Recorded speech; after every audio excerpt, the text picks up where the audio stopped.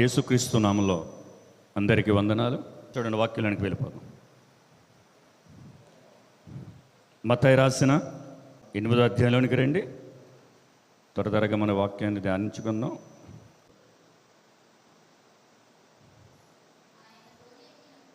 చూడండి, ఆయన దోణి ఎక్కినప్పుడు ఆయన శిష్యులు ఆయన వెంట వెళ్ళిరి.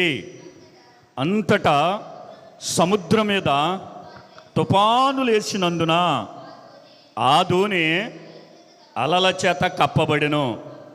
అప్పుడు ఆయన నిద్రించుచుండెను. చూడండి, ఈ చెప్పబడిన మూలవాక్యానుసారంగా మనం ధ్యానించుకుంటే బయట విషయాలకి ఏమి వెళ్ళకుండా మనం సరిపోతుంది. దేవునికి స్తోత్రం. చూడండి, ఒక మనిషి తన జీవితంలో తుఫాను వంటి సమస్యలు ఎదుర్కోవటానికి గల కారణాలు అంటే తుఫాను 2 రకాలుగా వస్తుంది. 2, 1 దేవుడు అనుమతిస్తే, అందుకే 107వ కీర్తనలో ఒక మాట ఉంటుంది, ఆయన సెలవీయగా తుఫాను లేచునని ఉంటుంది. అయితే మరొక తుఫాను ఉంటుంది. అదేంటంటే క్రైస్తవుడిగా క్రీస్తుని ఎరిగిన తర్వాత జీవించే విధానములో వేసే తప్పటడుగుల వల్ల క్రీస్తుని అనేకులకు సరిగా చూపించకపోవటం వల్ల తుఫాను వస్తుంది. అవి ఒక 5 కారణాలు ఈ వాక్యంలో. మనిషి తన ఆత్మీయ జీవితంలో తుఫానులంటి అంటే దేవుడు అనుమతించకుండా తన్ను తానుగా అవిధేయత వల్ల తెచ్చుకునే ఒక 5 అంశాలు. చూడండి, 1 తొందరపాటు వల్ల. ఏంటంట చెప్పాలి, తొందరపాటు. 2 నమ్మలేకపోవటం వల్ల. 3 ఎక్కువ మంది చెప్పింది వినటం అంటే మెజారిటీ పీపుల్. మైనారిటీ అంటే తక్కువ మంది. 4వది అనుకూలమైన పరిస్థితులకి లోబడిపోతాం అంటే అనుకూలంలో భక్తి చేస్తాం కదా. 5వది పరిస్థితులపై ఆధారపడిపోతాం. ఒకటేంటి తొందరపడుతాను. 2 నమ్మలేకపోవటం. 3 ఎక్కువ మంది చెప్పింది వినటం లేదా నమ్మటం. 4 అనుకూలంగా ఉండటం. 5 చెప్పాలి పరిస్థితులపై ఆధారపడిపోతాయి. ఈ 5 అంశాల నుండి కొన్ని విషయాలు మనం మాట్లాడదాం. అయితే చూడండి, ఇక్కడ యేసుతో పాటు కొందరు దోణెక్కారు. ఎవరు వాళ్ళు? శిష్యులు అనగా శిష్యు అనే పదానికి అర్థం ఏంటి? శిష్యరికం అంటే ఏంటి? ఆయన బోధలో ఆయన మార్గములో నడిచి గురువు గారు పక్కా తప్పుకుంటే శిష్యుడు ఆ మార్గమును చూపించాలి, బోధించాలి, అనుసరించాలి. అంటే అవునా? అంటే యేసు ప్రభుల వారు చెప్పిన బోధ, యేసు ప్రభుల వారు చెప్పిన సంగతులు, యేసు ప్రభు గారు చెప్పిన ఉపమానాలు ఇవన్నీ కూడా ఆ తర్వాత కాలంలో శిష్యులు చేయాలి. అదే శిష్యరకం. అందుకే యేసు ప్రభుల వారు మీరు సర్వ సృష్టికి వెళ్ళి సర్వలోకమునకు సువార్త చెప్పి అందరిని విశ్వాసులు చేయమన్నాడా, శిష్యులు చేయమన్నాడా? దేవునికి స్తోత్రం. నా ఆశ అందరూ కూడా వాక్యము బోధించేవారిగా ఉండాలి. దేవునికి స్తోత్రం. అందుకే నేను వెనుకుంటాను. మరుగై ఉంటేనే నాకంటే ముందున్న వాళ్ళని నేను ముందుకు తీసుకెళ్ళగలను. దేవునికి స్తోత్రం. ప్రభు నాతో చెప్పిన విషయాలు, నాతో మాట్లాడి ఎన్ని ఉన్నాయో అవన్నీ నెరవేర్చుకుండడానికి పోరాటం ఎంత ఉందో అది తర్వాత కాలంలో ఒక రోజున దేవుడు సాక్ష్య రూపంగా చెప్పమన్నప్పుడు మీకే ఆశ్చర్యం అవుతుంది. చూడండి, వారు యేసయ్యతోటే ఉన్నారు. వారు యేసయ్యతోటే ఉన్నారు, కానీ తుఫాను లేచింది. ఏం లేచింది? తుఫాను లేచింది అంటే అలజడి లేచింది. నడి సంద్రములో ఎటు కాలని సమయములో సముద్రములో కనుక తుఫాను వస్తే ఎలాగుంటుందో తెలుసా? ప్రాణాలు అరిచేతుల్లో పెట్టుకుని బ్రతికితే బ్రతికినట్టు, చచ్చిపోతే చచ్చిపోయినట్టు, శవాలు కూడా దొరకవు. అటువంటి పరిస్థితుల్లో వారు అల్లాడిపోతున్నారు, వారు భయపడిపోతున్నారు. కానీ వారు ఒకడు మర్చిపోయారు. వారితో ఎవరున్నారు? యేసయ్య ఉన్నాడు. దేవునికి స్తోత్రం. యేసయ్య ఉన్నాడు. వారికి అక్కడ భౌతికంగా యేసయ్య సశరీరుడుగా కనబడుతున్నాడు, కానీ మనకి యేసయ్య వాక్యానుసారంగా మనకు తోడుగా ఉన్నాడు. దేవునికి స్తోత్రం. నమ్మారా లేదా? మనం యేసయ్యను ప్రత్యక్షంగా చూసిన వాళ్ళకంటే అసలు ఈ కాలంలో భక్తి చేస్తున్న మనం ఎంత ధన్యులమో తెలుసా? తోమ చూసి నమ్మాడంట. అంట యేసు ప్రభువులు అన్నారు, తోమ నువ్వు నన్ను చూసి నమ్మావు, నేను దేవుడిని మనిషి కుమారుడని. ఎవరైతే చూడక నమ్ముతారో వారు, నేను అంటాను మనందరము తోమా కంటే ధన్యులము. దేవునికి స్తోత్రం. అంటే ఎప్పుడు? యేసును నమ్మినప్పుడే ఏదైనా చేయగలుగుతాడు. ఏ పరిస్థితుల నుంచి నాకు తోడుగా ఉంటాడు. ఆయన పరిస్థితులు మార్చగలుగుతాడు. ఏంటి? సత్యాన్ని ఏదో ఒక రోజు బయటికి తీసుకురాగలుగుతాడు. నన్ను స్వస్థపరచగలుగుతాడు. నన్ను గోతులించి పైకి లేపుతాడు.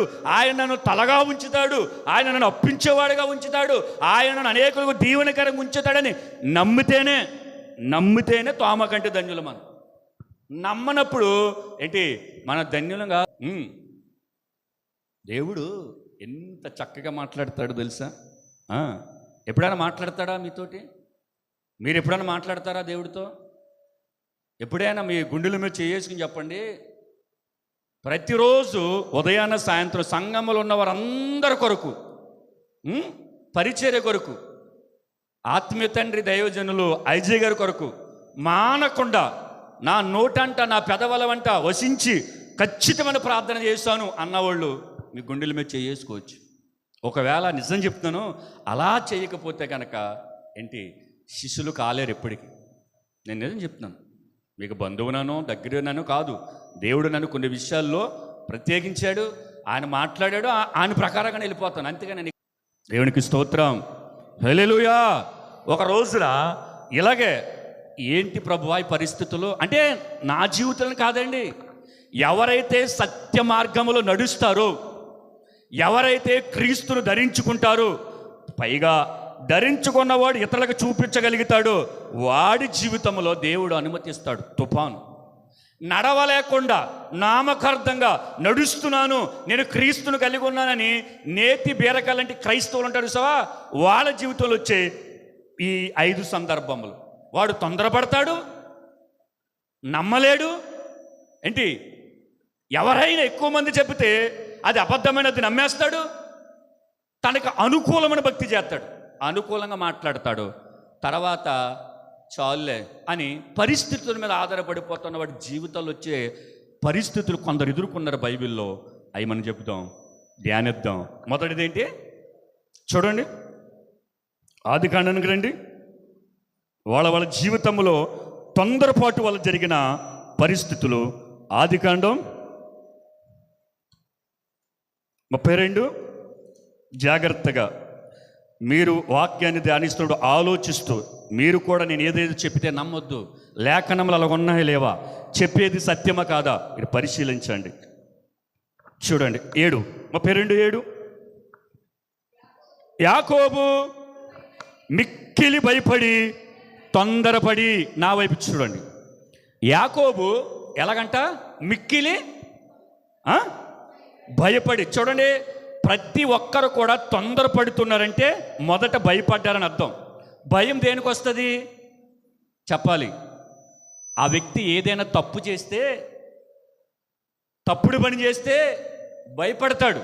ఇప్పుడు నేను దొంగతనం చేసి ఇంట్లోకి వచ్చి కూర్చున్నాను, డిపార్ట్మెంట్ వాళ్ళు వచ్చారు, ఏం కలుగుతుంది అంటే, పోలీసు వాళ్ళు వచ్చారంటే నేను దొంగతనం చేసి వచ్చాను కాబట్టి నాకు భయం పుడుతుంది. అదే నేను ఏ తప్పు చేయదనుకో, ఎందుకు వచ్చారో నాకు పెద్ద భయం, ఏమంటే ఎందుకు వచ్చారని అడుగుతాం, అవునా కదా? అంటే మొదట తప్పు చేస్తేనే ఆ వ్యక్తికి భయం కలుగుతుంది. ఆ భయములో తొందరపాటు వస్తుంది. ఏం చేశాడు యాకోబు గారు చెప్పండి? మనకు తెలిసిందే. ఏం చేశాడు?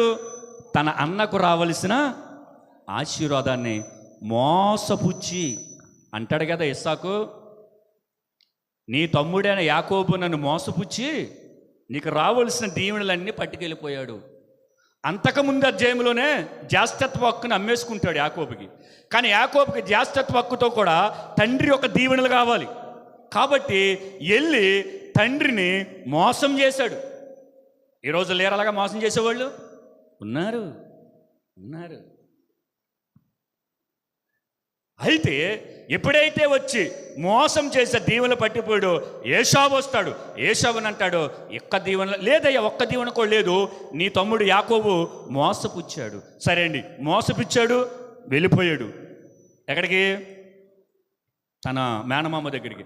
చూడండి, వెళ్ళిపోయాడు. దరిదాపు 20-21 సంవత్సరాలు ఇంటిని విడిచి, అర్థమైందా, కుటుంబాన్ని విడిచి, తండ్రిని విడిచి, తల్లిని విడిచి, అన్నని విడిచి, అందరిని విడిచి దిక్కు దివాణ లేకుండా వెళ్ళిపోయాడు. యాకోబు యాత్ర ఎంత బాధగా జరిగిందో తెలుసా? ఒక చోట పడుకుంటాడు రాయి తరగడగా పెట్టుకుని, అవునా? అప్పుడు దేవుడు ప్రత్యక్షమవుతాడు, అవునా? ఏమంటాడు? నువ్వెవరో అని అడుగుతాడు. ఇది పరలోక గమనే. నువ్వెవరమంటే, నేను నీ తాత తండ్రిని, మీ నాన్న తండ్రిని, నీ తండ్రిని, అబ్రహాము తండ్రిని, ఇస్సాకు తండ్రిని, నీ దేవుడిని అని అంటాడు. అన్నప్పుడు అంటాడు యాకోబు, అలాగైతే నువ్వు మా అబ్రహాము తండ్రి, మా తాత తండ్రి అయితే, మా నాన్న తండ్రి అయితే, నేను పోవు మార్గంలో నాకు ఆహారమును వస్త్రములు దయచి అంటాడు. చూడండి ఎంత దీనస్థితికి వెళ్ళిపోయాడు. అంటే తిండి లేని పరిస్థితికి వెళ్ళిపోయాడు యాకోబు. తను చేసిన పని వల్ల దేవుడు ప్రత్యక్షమైతే ఏమంటున్నాడు తెలుసా? తినడానికే నాకు ఆహారం. యాకోబుకి ఏం తక్కువ చెప్పండి? అబ్రాహాము ఎంత ధనవంతుడు, ఇస్సాకు ఎంత ధనవంతుడు, బోడు ఆస్తుంది, బోడు ఐశ్వర్యం ఉంది, అప్పట్లో కోట్ల కొలది ఆస్తుంది. అటువంటోడు తొందరపడి ఇంటిని విడిచి పారిపోతున్నప్పుడు దేవుడు ప్రత్యక్షమైతే ఏమన్నాడు చెప్పండి? కదా, ఆహారమే, నేను పోవు మార్గంలో నాకు ఆహారం ఇస్తా, నువ్వు దేవుడు అయి ఉండవు అని అంటాడు. కానీ దేవుడు ఎంత గొప్పడు తెలుసా? ఒక వ్యక్తి మీద ప్రణాళిక ఉంటే ఆ వ్యక్తిని మరణము వరకు కూడా విడిచిపెట్టాడు. దేవుడికి స్తోత్రం. యాకోబుని ఏమంటాడు చెప్పనా? నేను నీతో చెప్పినది నెరవేర్చే వరకు నిన్ను విడువను, ఎడబాయను అన్నాడు. దేవునికి స్తోత్రం. వెళ్ళిపోయాడు. దేవుడు తోడుగా ఉన్నాడు, ఆశీర్వదించబడ్డాడు, తిరిగి వస్తున్నప్పుడు జరిగే సంఘటన ఇది. అర్థమైందా? నేను వస్తున్నాను, ఈ సంతోషకరమైనది పోయి నా అన్నకే, మా అమ్మకే, మా నాన్నకి చెప్పని కొందరిని పంపాడు. తన పక్కన ఉన్న సేవకులు పంపితే ఈవేళ వెళ్ళేటప్పటికి తమ్ముడు వస్తున్నాడని యాషోబు ఒక 400 మందిని గుంపుగా తీసుకుని వస్తున్నాడు. మీరు చెప్పండి, పరిశుద్ధ గ్రంథంలో యుద్ధానికి వస్తున్నట్టుంది, అక్కడ గొడవకు వస్తున్నట్టుందా? యాకోబుని కొడుతున్నట్టుంది? ఏమీ లేదు, చాలా క్లియర్గా ఉంది. ఎదుర్కొంటున్నాడు. ఎప్పుడైతే వచ్చి మీ అన్న 400 మందితో వస్తున్నాడని చెప్పగానే యాకోబుకి ఏం భయం వేసినప్పుడు, ఒకప్పుడు మా అన్నీని మోసం చేశాను, అర్థమైందా? నా తండ్రిని మోసం చేశాను, వారికి రావాల్సిన దీవెనలన్నీ నేను దొంగిలించుకుని వచ్చాను, కాబట్టి పగ తీర్చుకోవడానికి వస్తున్నాడేమని చేసిన తప్పుకి భయపడిపోయి తొందరపడిపోయాడు యాకోబు. అలా ఉండదా చాలామంది జీవితాల్లో? ఉంటుంది. ఎవడైనా తొందరపడుతున్నాడంటే, తొందరగా మాట్లాడుతున్నాడంటే, కంగారుగా మాట్లాడుతున్నాడంటే అర్థమేంటో తెలుసా? నా సొంత మాట కాదు, పరిశుద్ధ గ్రంథం చెబుతుంది, భయపడితేనే తొందరపడి వస్తుంది. దేనికి భయం? ఏశావు వచ్చేస్తున్నాడు, నన్ను చంపేస్తాడని భయం. నేను ఆ వ్యక్తి గురించి పొరపాటుగా మాట్లాడాను, ఆ వ్యక్తి స్పాట్లో వచ్చేస్తున్నాడు అని భయం. లేని మాట ఎందుకు పలకాలి? ఒకవేళ ఏదైనా పలికితే ధీటుగా నిలబడాలి. అవతల వ్యక్తి వచ్చినప్పుడు అవును నువ్వు అన్నావు, నేను విన్నానని చెప్పగలగాలి. అలా కాకుండా కనుక సత్యము బయటపడిపోతున్నప్పుడు ఈ వ్యక్తికి చేతులు నిలిమేసుకుంటాడు. అర్థమైందా? భయపడిపోయి తొందరపడిపోయి ఏం మాట్లాడతాడో ఆయన ఉండదు, ఏం సమాధానం చెప్తాడో ఆయన ఉండదు. అటువంటి పరిస్థితుల్లో మనం ఉండకూడదు క్రైస్తవులుగా. ఒకవేళ అలాగుంటే కనుక ఈ యాకోబు జీవితంలో మరణం అనే భయం, మరణం అనే తుఫాను వచ్చేసింది. అయ్యో నా అన్న వచ్చేస్తాడు, నా భార్యను చంపేస్తాడు, నా దాసిని చంపేస్తాడు, అయ్యో నా బిడ్డలను చంపేస్తాడు, ఎందుకంటే నేను చేసిన పని అటువంటిదని ఇక్కడ యాకోబు భయపడిపోతున్నాడు తెలుసా? భయపడిపోతూ తొందరగా ఏం చేశాడు తెలుసా?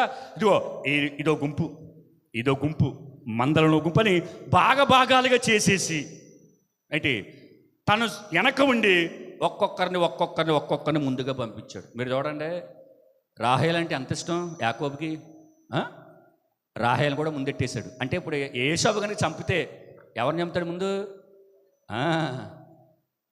18 సంవత్సరాలు 14 సంవత్సరాల వివాహాల కోసం ఉండి ఆస్తి కోసం మరొక 6-7 సంవత్సరాలు ఉన్నవాడు రాహేల్ కూడా ముందెట్టేశాడు. అంటే నేను ఏమంటే చెప్పనా, ఒక వ్యక్తి భయపడి తొందరపడితే తనకిష్టమైనదాన్ని కూడా వదిలేసుకోవడానికి కూడా వెనకాడాడు. ఎందుకు తెలుసా? అటువంటిది పరిస్థితి. చాలామంది చెయ్యకూడదని చేసి పొరపాటు పడి ఏంటి భయం లేకుండా తొందరపడితనంలో ఎన్ని తప్పుదలు చేసేస్తారో. ఒక క్రైస్తవుడుగా క్రీస్తుని ఎరిగిన తర్వాత నిదానించి మాట్లాడాలి. వాక్యము చెబుతుంది, వినుటకు వేగురుపడు, మాట్లాడుటకు చెప్పాలి. ఎవరికి చెప్పాడు? దేవదూతలకా? దేవదూతలకా? అన్యులకా? క్రీస్తు అంటే ఎరగని వారిక? మనకే, సంఘములో చేర్చబడ్డ వారికే. ఎందుకు చెప్పనా? సంఘములో చేర్చబడ్డ నీవు క్రీస్తు శిలువ రక్తము చేత నువ్వు ఒక సువార్తికుడిగా మారిపోవాలని, దేవునికి స్తోత్రం, ఒక సాక్షిగా మారిపోవాలని, ఒక ఉన్నతమైన ప్రణాళికలో దేవుడిని ముందుకు తీసుకుని వెళ్ళాలని. ఇది మన కొరకువి. వింటాం కానీ ఆచరణలో పెట్టే సమయానికి, ఇదిగో యాకోబు తన ఇంటికి చేరే సమయానికి గడిబిడైపోతున్నాడు, తొందరపడిపోతున్నాడు, భయపడిపోతున్నాడు. తన పిల్లలు, తన భార్య, ఆస్తి ఏమి ఒకటి తన కళ్ళ ముందుకు ఏం కనబడతలేదు. మరణం కనబడిపోతుంది. ఏంటంట? భయం కనబడిపోతుంది. చంపేస్తాడు మా అన్నయ్య ఖచ్చితంగా. భయపడుతున్నాడు. కానీ చూడండి, ఎప్పుడైతే ఆ పరిస్థితికి ఆ వ్యక్తిని కుదేలు చేసేసిందో, అయినా కానీ అన్ని విధాలుగా ప్లాన్ చేసి తన సేఫ్ జోన్లో ఉండి ఎబ్బోకు రేవు దగ్గర ఆగిపోయాడు. దేవునికి స్తోత్రం. నేను అంటాను, ఎవరి జీవితంలో అయినా ఎటువంటి తొందరపాటు వస్తే ఎక్కడికి వెళ్తారో నాకు తెలియదు, కానీ క్రైస్తవుడు కనుక ఏదైనా పొరపాటు చేసి, ఏదైనా చిన్న తప్పిదము చేసి, మనుషులము కదా, మనం ఎవరి దగ్గరికి వెళ్తాం తెలుసా? యాకోబు ఎబ్బోకు రేవు దగ్గర ఆగిపోయి దేవుడు పాదాలు పట్టుకున్నాడే, మనము దేవుడి సన్నిధికి వెళ్ళిపోవాలి. దేవునికి స్తోత్రం, హల్లెలూయా. అప్పుడు మనకు తొందరపాటుతనం తగ్గుతుంది, ఎలా మాట్లాడాలో చెప్పుతుంది. చూడండి, ఎబ్బోకు రేవు దగ్గర దేవుడు పాదాలు పట్టుకుని అస్సలు దేవుడు తొందరపడుతున్నాడు, పరలోకానికి వెళ్ళిపోతాను, నన్ను వదలవయ్యా యాకోబు, యాకోబు వదలయ్యా, తెల్లారిపోతుంది. చూడండి, అస్సలు నిజం చెప్తున్నాను, ఒక మనిషి మన స్వభావం కలిగిన వాడే దేవుడిని పరలోకమును వెళ్లకుండా ఆపేశాడు. ఆపేయగలడా? ఒక మనిషి దేవుడిని ఆపగలడా? కానీ యాకోబు కాదు. యాకోబు చేసే ప్రార్థన దేవుడిని బంధించేసింది. దేవుడికి స్తోత్రం. పరలోకములో ఉన్న అత్యున్నత సింహాసనమే ఉన్న దేవాతి దేవుడిని పట్టి నీ దగ్గరికి తీసుకొచ్చేది ఏదైనా ఉందంటే ప్రార్థన. దేవునికి స్తోత్రం. ఒకవేళ మనం అడగగలిగితే, అయ్యా నువ్వు ఎక్కడున్నావు అంటే, ఎబ్బోకు రేవు దగ్గర ఉన్నాను అంటాడు దేవుడు. అక్కడ ఏం చేస్తున్నావయ్యా? వచ్చే పరలోకానికి అని మిఖాయిలు, గాబ్రియేలు అడిగితే నేను వచ్చేద్దామని ఉంది, కానీ యాకోబు నన్ను పట్టేసుకున్నాడు. ఎలా పట్టేసుకున్నాడంటే ప్రార్థన ద్వారా నన్ను పట్టేసుకున్నాడు, నేను రాలేకపోతున్నాను అంటాడు దేవుడు. తెలుసా? వదులయ్యా, వదులంటే, నువ్వు నన్ను ఆశీర్వదించయ్యా, నా జీవితంలో తప్పుదలు చేశాను, పొరపాట్లు చేశాను, తొందరపడుతున్నాను, ఇప్పుడు భయపడుతున్నాను, నువ్వు ఆశీర్వదించు. నువ్వెక్కడో ఒకసారి బేతేలు దగ్గర ప్రత్యక్షమయ్యావు, కానీ అక్కడ నువ్వు పోషించే దేవుడు అనుకున్నాను, కానీ ఇక్కడ నువ్వు నన్ను ప్రత్యక్షమైనప్పుడు నువ్వు నా తండ్రివి, నన్ను కాపాడిన వాడివి. ఎన్నోసార్లు మోసపోయాను, ఎందరో మోసం చేశారు, 10 మార్లు నా జీవితం మార్చబడింది, ఎన్నో నిందలు, ఎన్నో అవమానాలు ఎదుర్కొన్న నన్ను ఏనాడు నువ్వు విడిచిపెట్టలేదు, కాబట్టి ఇప్పుడు నీ పాదాలు పట్టుకొని నా జీవితాన్ని మార్చయ్యా అని అంటే, అప్పుడు అంటాడు దేవుడు, నీ పేరేంటి? భలేగా అడిగాడు కదా, నీ పేరేంటి అన్నాడు. అప్పుడు ఏమన్నాడు? యాకోబు అని. ఇక మీదట నువ్వు యాకోబు అనబడవు, ఇశ్రాయేలు. దేవునికి స్తోత్రం. ఇశ్రాయేలు సంతానం మనం. దేవునికి స్తోత్రం. ఇశ్రాయేలు నుంచి 12 గోత్రముల నుంచి వచ్చిన సంతానమే ఈ రోజున ప్రభువుని మహిమకరంగా ఆరాధిస్తున్నారు. చూడండి, ఎప్పుడైతే తొందరపాటు కలుగుతుందో, ఆ తొందరపాటు కనుక నీలో ఆ వ్యాఖ్యలతను తొలగించుకోవాలంటే ఎక్కడికి వెళ్ళాలి? ఎబ్బోకు రేవు అనుభవం మనకు రావాలి. రాత్రంతా ప్రార్థించగలగాలి, చెయ్యాలి, ఖచ్చితంగా చేయాలి. ఒక రాత్రి ప్రభుతో గడపాలి, దేవుడి సన్నిధిలో ఆరాధన చేయాలి. దేవదూతలే దేవుడి సముఖములో పరిశుద్ధుడు మానక స్తుతిస్తున్నప్పుడు మనం దేవుడి సన్నిధికి వచ్చి ఆరాధించడానికి ఎన్నో ఆటంకాలు. అందుకే చూడండి, తొందరపాటుతనం యాకోబు ఏం చేశాడు? మోసం చేశాడు. మోసం చేయటం వల్ల, దగా చేయటం వల్ల, అన్యాయం చేయటం వల్ల, వాక్యానికి విరోధంగా ఏదైతే అది చేశాడో నీ జీవితంలో సరే, నా జీవితంలో సరే తొందరపాటు వస్తుంది. తొందరగా మాట్లాడేస్తాం, కంగారుగా మాట్లాడేస్తాం. మన తప్పుని కప్పుపుచ్చుకోవడానికే, దానిని మనము అణిచివేయడానికి తొందరగా మాట్లాడతాం. అలాగ కనుక జీవించగలిగితే ఆ వ్యక్తి జీవితంలో తుఫాను ఉంటుంది, శ్రమలు ఉంటాయి, ఇరుకులు ఉంటాయి, ఇబ్బందులు ఉంటాయి, కానీ ఉపశమనం ఉండదు. అర్థమైందా? ఉపశమనం ఉండదు, నిరీక్షణ ఉండదు. దేవుడు వస్తాడు, నా బాధ అంతా తీస్తాడన్న ఆలోచన వ్యక్తికి ఉండదు. అదే బాధలో, అదే గోతులో అలాగే తన జీవితాన్ని ముగిస్తాడు. ఎవరు అంటే తెలిసి వ్యక్తి దేవుడిని ఆశ్రయించున్నవాడు. చూడండి, ఇంకోటి చూద్దాం, ఇంకొక వచ్చిన చూద్దాం. మొదటి సమూయేలు గ్రంథానికి రండి త్వరగా. మొదటి సమూయేలు గ్రంథం 28:15. మీకు అర్థమవుతుంది ఒకసారి. దేవునికి స్తోత్రం, హల్లెలూయా. చూడండి, సమూయేలు నన్ను పైకి రమ్మని నీవెందుకు తొందర పెట్టితవని సౌలును అడగగా, సౌలు నేను బహుశ్రమలో ఉన్నాను. నా వైపు చూడండి, ఇక్కడ తొందర కనపడుతుంది. ఎవరిని అడుగుతున్నారు? సమూయేలు సౌలుని అడుగుతున్నాడు, నీవేళ నన్ను తొందర పెట్టుచున్నాను. అప్పుడు సౌలు ఏమంటున్నాడు? నేను తొందరపాటును ఎప్పుడు పడతప్పుడా? శ్రమలలో ఉన్నప్పుడు. అయితే ఇక్కడ సౌలుకు వచ్చిన శ్రమ అనుమతించబడింది కాదు, పరలోకం నుండి తన కొని తెచ్చుకున్నది. ఎందుకో తెలుసా? దేవుడు సౌలుని ఎన్నుకుని గార్ధబములు, గాడిదలు కాచుకునేవాడిని తీసుకొచ్చి రాజుగా పెడితే సౌలు ఏమన్నాడు తెలుసా? అయ్యా, నేను గోత్రం అన్నిటిలో బెన్యామీను గోత్రము చాలా స్వల్పమైనది. ఏంటంట? అటువంటి నన్ను రాజుగా చేసావు, పైగా ఇశ్రాయేలుకు మొదటి రాజు. అవునా? అటువంటి వ్యక్తిని తీసుకొచ్చి సింహాసనం కూర్చోబెట్టి ఒకరోజు పని అప్పగించాడు. చూడండి, పని నమ్మకంగా చెయ్యకపోతే మనకి పరిస్థితి వస్తుంది.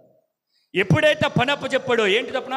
ఇదిగో సౌలా, నువ్వు పోయి అమాలేకుల్ని సమూలంగా నాశనం చేసేయి. ఎవరు మిగలకూడదు, చిన్నవారేమి పెద్దవారేమి, గొడ్లేమి పశువులేమి, మేకలేమి, కుక్కలేమి, నక్కలేమి, అసలు ఏమి మిగలకూడదు, పూర్తిగా నాశనం చేసేయి అని అన్నాడు. చేయాల వద్దా? చంపేయాల వద్దా? చంపకుండా ఏం చేశాడంటే దాచాడు. చూడండి, ఎక్కడ ఉంటుంది అది. 15వ అధ్యాయానికి రండి. అదే సమూయేలు గ్రంథం ఒకసారి రండి, 15వ అధ్యాయానికి.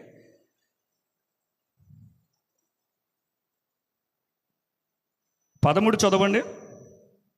తరువాత అతడు సౌలు నొద్దకు రాగా, సౌలు, యెహోవా వలన నీకు ఆశీర్వాదం కలుగునుగాక, యెహోవా ఆజ్ఞను నేను నెరవేర్చితిననగా, సమూయేలు అలాగైతే నాకు వినబడుచున్న గొర్రెలు అరుపులు, ఎడ్ల రంకెలను ఎక్కడవి? చూడండి వైపు. దేవుడు అప్పగించే పని సౌలు చేసేశానని సమూయేలుతో చెబుతున్నాడు. సమూయేలుతో సౌలు చెప్పకముందు దేవుడు చెప్పాడు. చూడండి, నేను చదువుతాను. ఆ 11వ వచనం.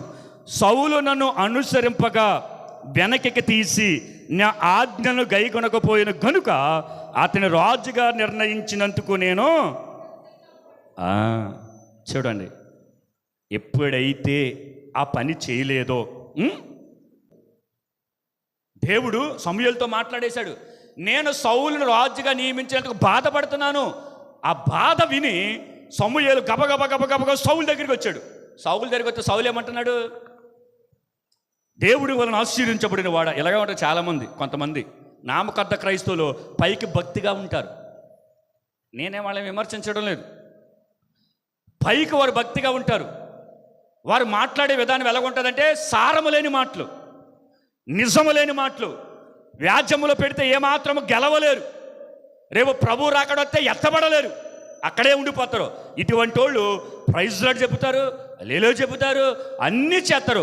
క్రమముగా కనపడుతుంది, కానీ అది దేవుడికి అక్రమంగా ఉంటుంది. ఇదిగో సౌలు చేసింది అక్రమమైన పని. పైగా వచ్చి యెహోవా వలన ఆశీర్వించబడిన వాడా, నువ్వు చెప్పిన పని, దేవుడు చెప్పిన పని అంతా చేసేసాడు. అప్పుడు సమూయేలు అన్నాడు, అవునా బాబు, దేవుడికి చెప్పిన పని చేసావా? మరి అరుపులేంటి, ఆ రంకెలేంటి,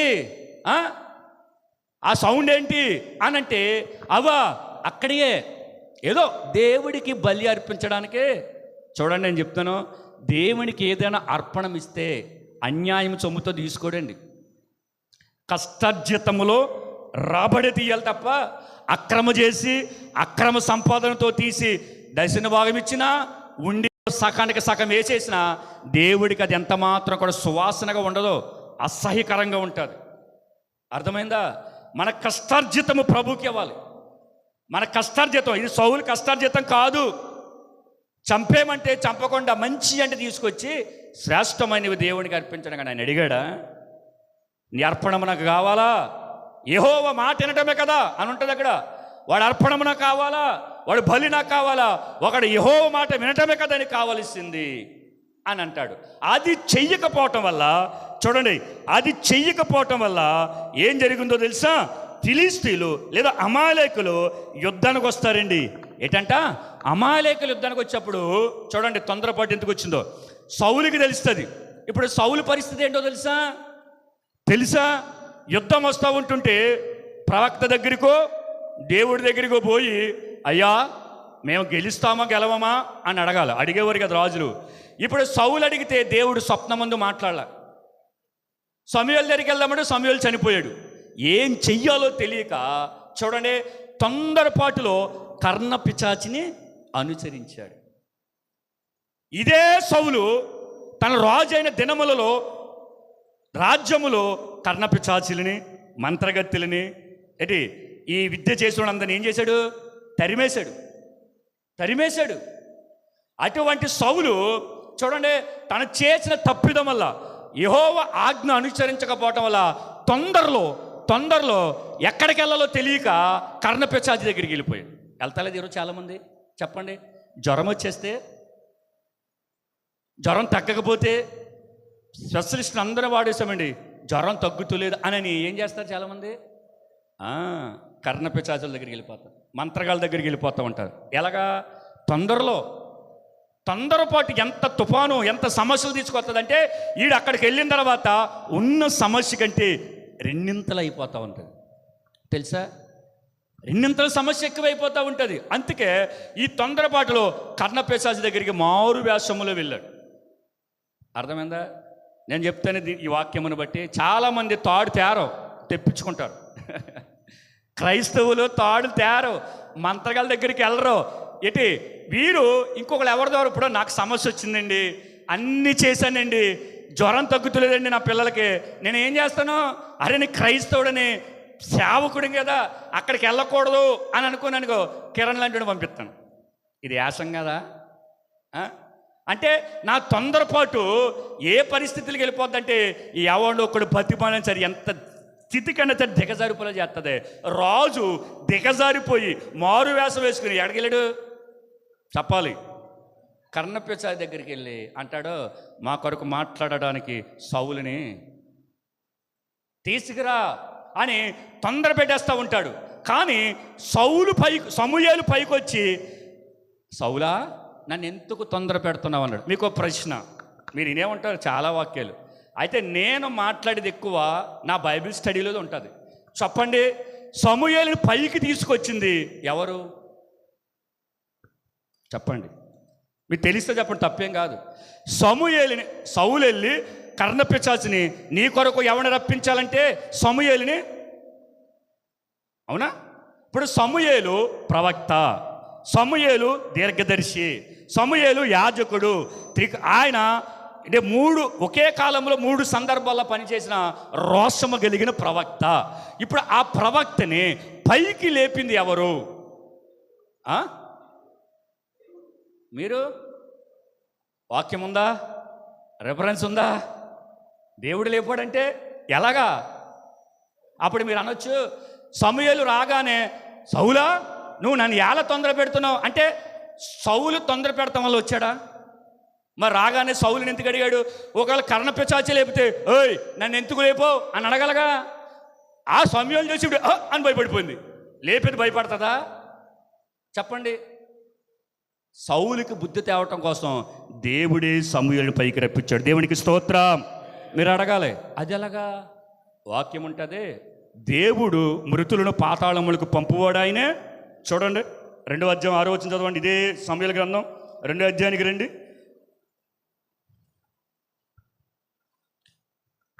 చూడండి, అక్కడ మాట ఉంటుంది. మొదటి సమూయేలు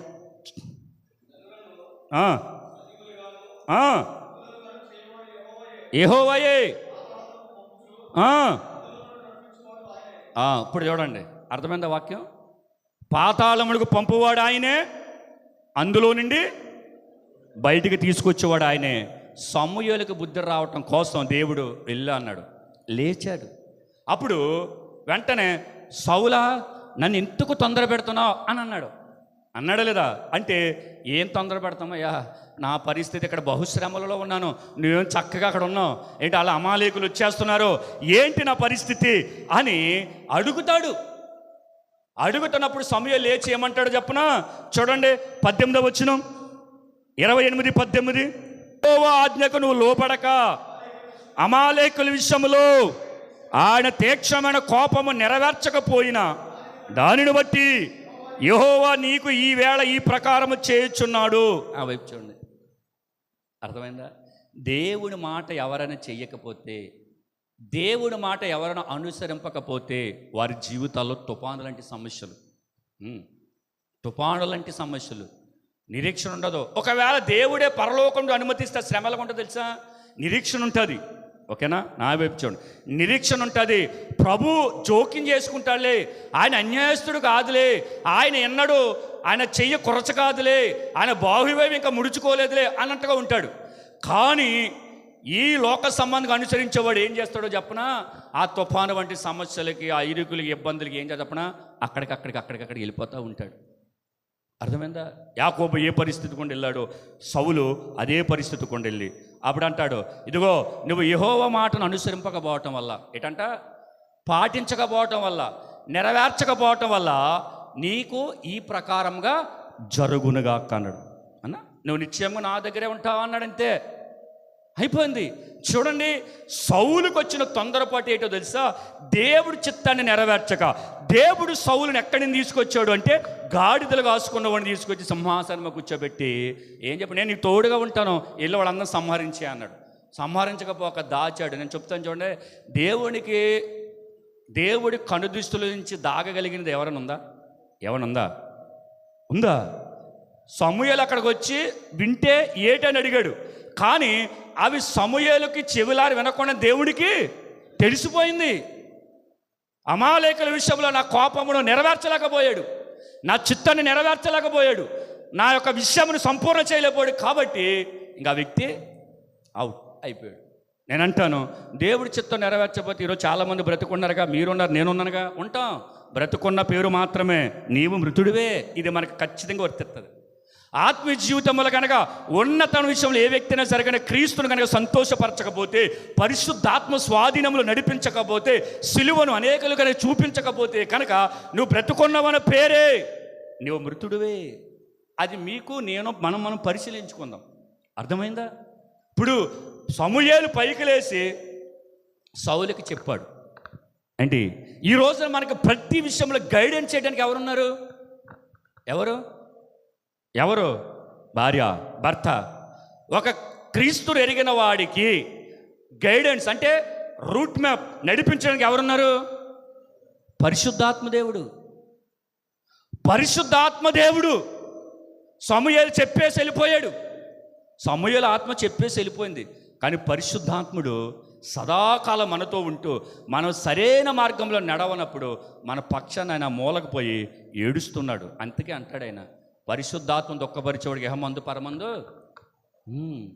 చూడండి, తొందరపాటు వల్ల జరిగింది. మొదటిదేంటి? తొందరపాటు వల్ల యాకోబు ఏం చేశాడు? భయపడ్డాడు. తొందరపాటు వల్ల సమూయేలు ఏమైపోయాడు? శ్రమల పాలైపోయాడు.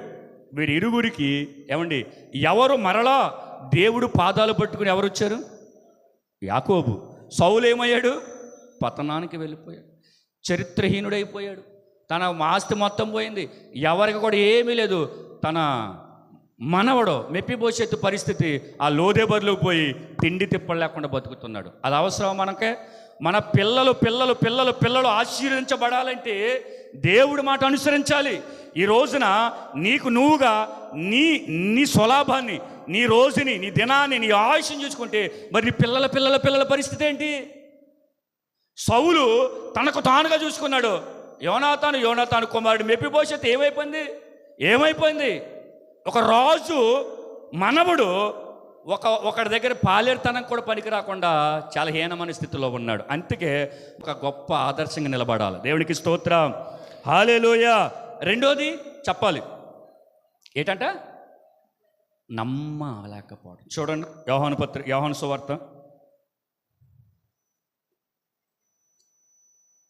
సువార్త 12వ అధ్యాయం చదవండి, 39-40.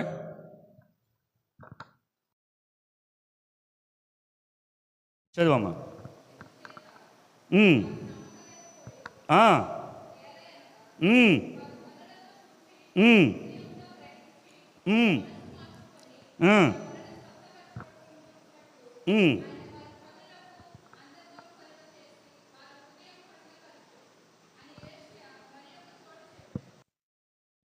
చూడండి, ఒక వ్యక్తి తన జీవితంలో గనక తుఫాను వంటి సమస్యలు ఎదుర్కోవడానికి రెండోది ఏంటి, నమ్మలేకపోవటం. ఇక్కడ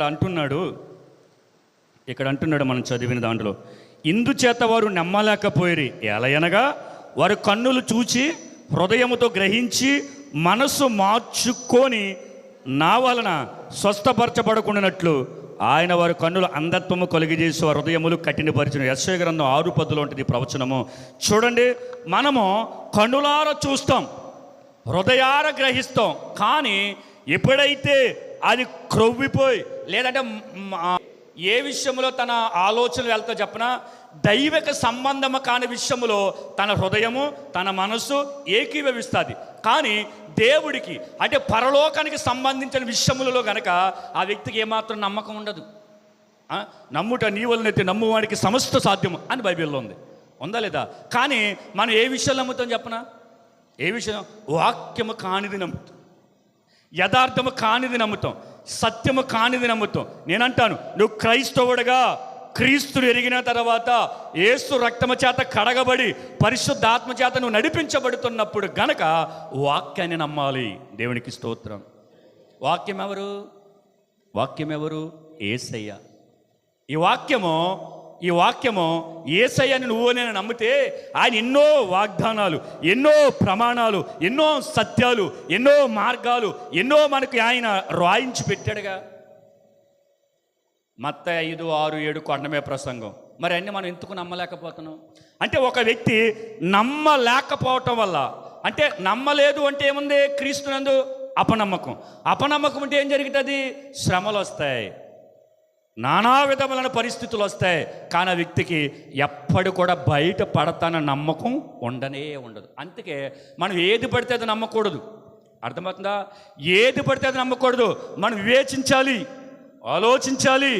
క్రైస్తవుడు అంటే ప్రభు అంటాడు, నా ప్రజలు జ్ఞానము లేకయే నశించిపోతున్నారు. అంటే నువ్వు జ్ఞానము కలిగితే, నువ్వు వివేచన కలిగి ఉంటే, వాక్యాన్ని ఎరిగితే ఏది నమ్మాలో ఏది నమ్మకూడదో, ఏది సత్యమో ఏది అసత్యమో, ఆడు చెప్పింది అబద్ధమో లేకపోతే నిజమో నువ్వు గ్రహించగలుగుతావు. లేకపోతే ఏంటి? అంధత్వం చేత కళ్ళు మూసుకుపోయి హృదయము గర్వించి ఏంటి మనము దేవుడి యొక్క వాక్యని నమ్మలేకపోవటం వల్ల లేనిపోని సమస్యలు మనం కొని తెచ్చుకుంటాం. తెలుసా? సమస్యలు రావడం గల కారణం మనం నమ్మకపోవటం వల్ల. నిన్ను పిలిచినవాడు నమ్మకమైనవాడు, అవునా?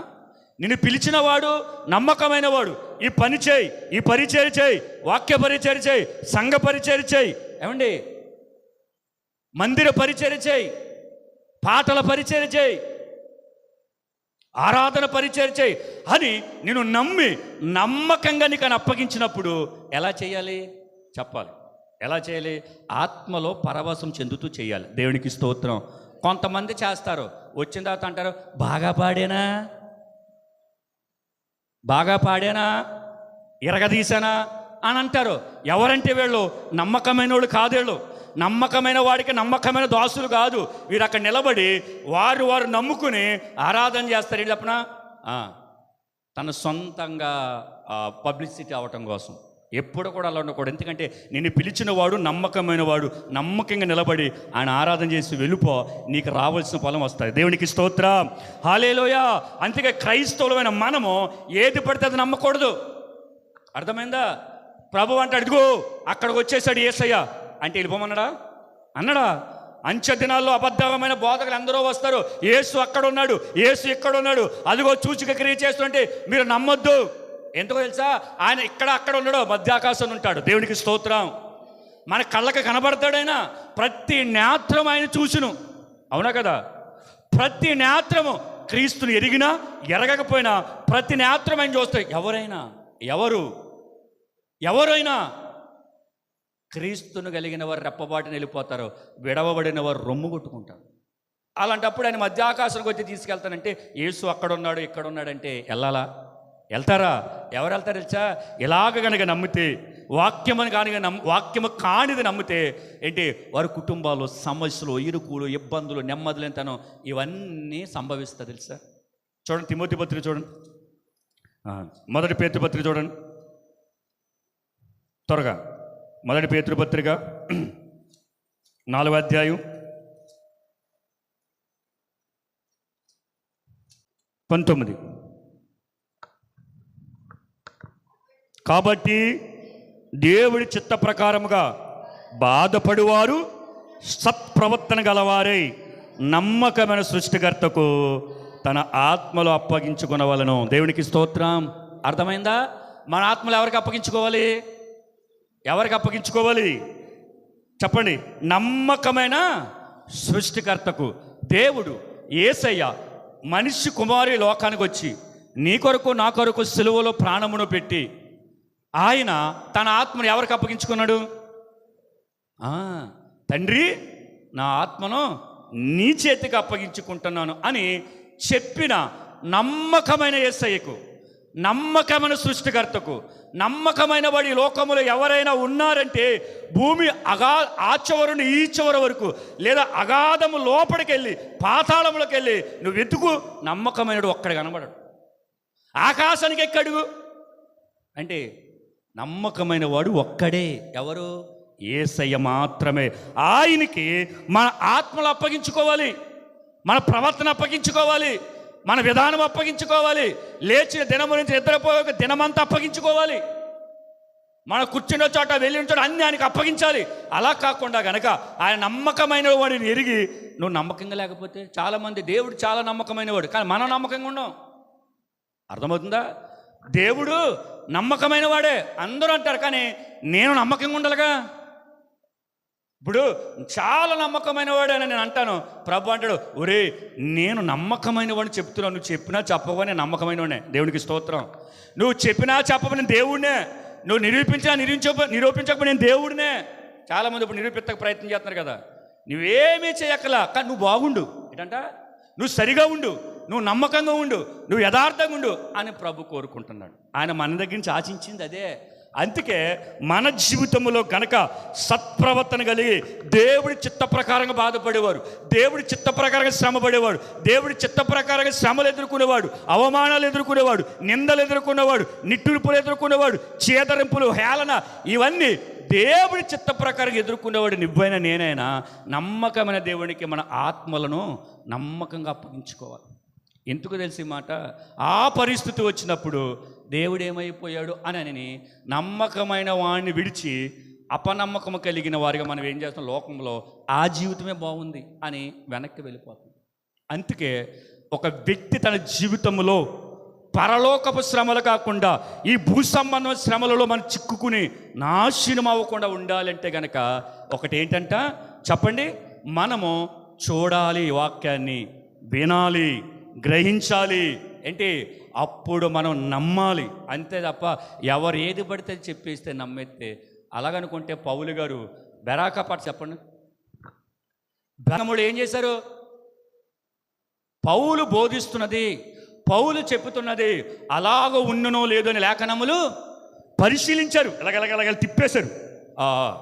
పౌలు చెప్పింది కరెక్ట్ అని విని వారు మాంత్రిక తంత్రిక విద్యలు కలిగిన పుస్తకాలను ఏంటి తీసుకొచ్చి కాల్ చేశారు. ఎందుకు కాల్ చేశారు చెప్పండి? చెప్పాలి. నీవు చెప్పుతున్న లేఖనములు సత్యం, మేము అనుసరిస్తున్న అసత్యం అని కాల్చి బూడిద చేశారు. దేవునికి స్తోత్రం. నమ్మకమైన వాడు మన దేవుడు. నమ్మలేకపోవటం వల్ల వచ్చే నష్టం తెలుసు మనకి. అందుకే మనం నమ్మాలి. ఏది నమ్మాలి, ఏది నమ్మకూడదు. చూడండి ఒకసారి మొదటి యోహాను పత్రిక చదవండి. మొదటి యోహాను పత్రిక 4:1 చదివి వచ్చండి ఆయనకి.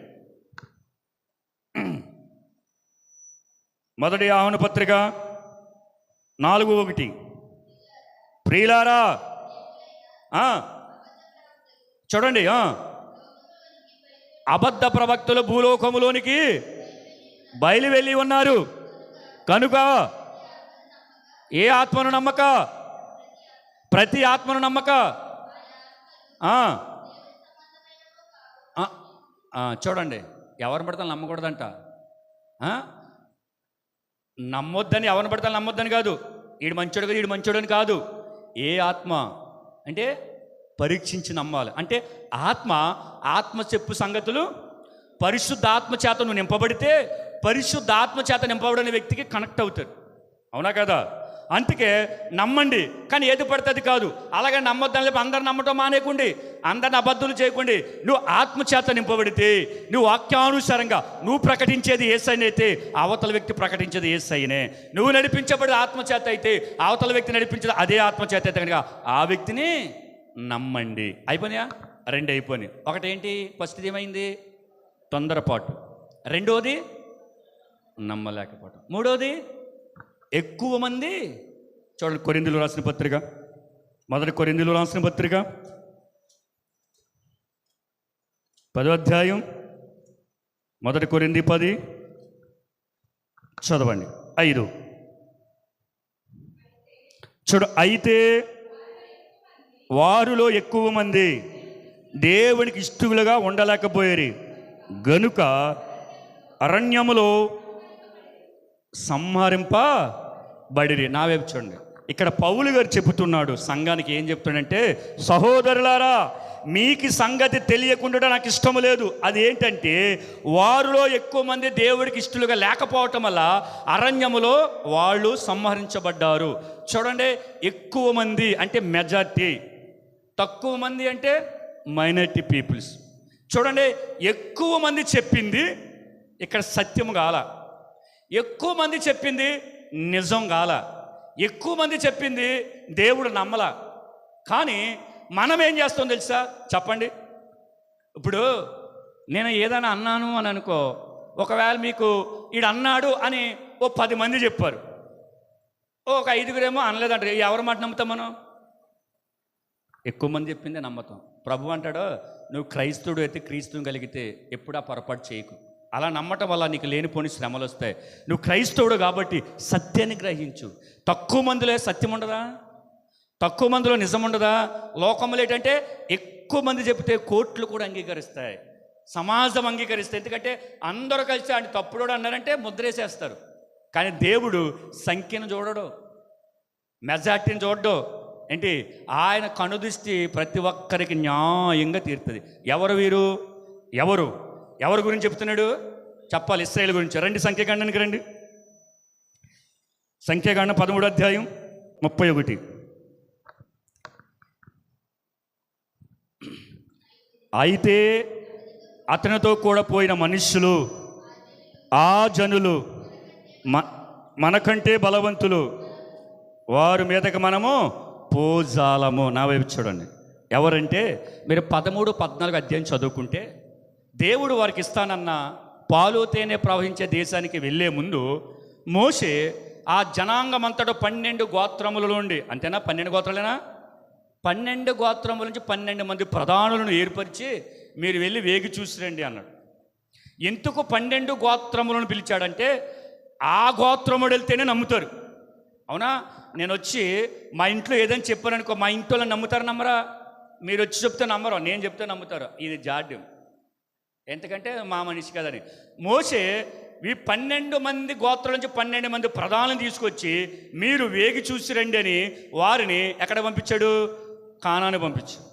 పంపిస్తే వీరు 40 రోజులు తిరిగి వచ్చి చెబుతున్న మాట, మెజార్టీ పీపుల్ చెబుతున్న మాట జాగ్రత్తగా వినండి. ఎక్కువ మంది అంటే 10 మంది చెబుతున్న మాట ఏంటో తెలుసా? మనము పోయి ఆ మనుష్యులను ఓడించలేం. వాళ్ళ నెఫీలీలు, వాళ్ళ ఉన్నత దేహము కలిగిన వాళ్ళు.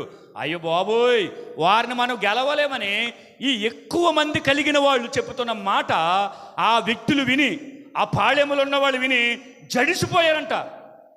అది జడిచిపోయి రాత్రంతా ఏడ్చారంటండి.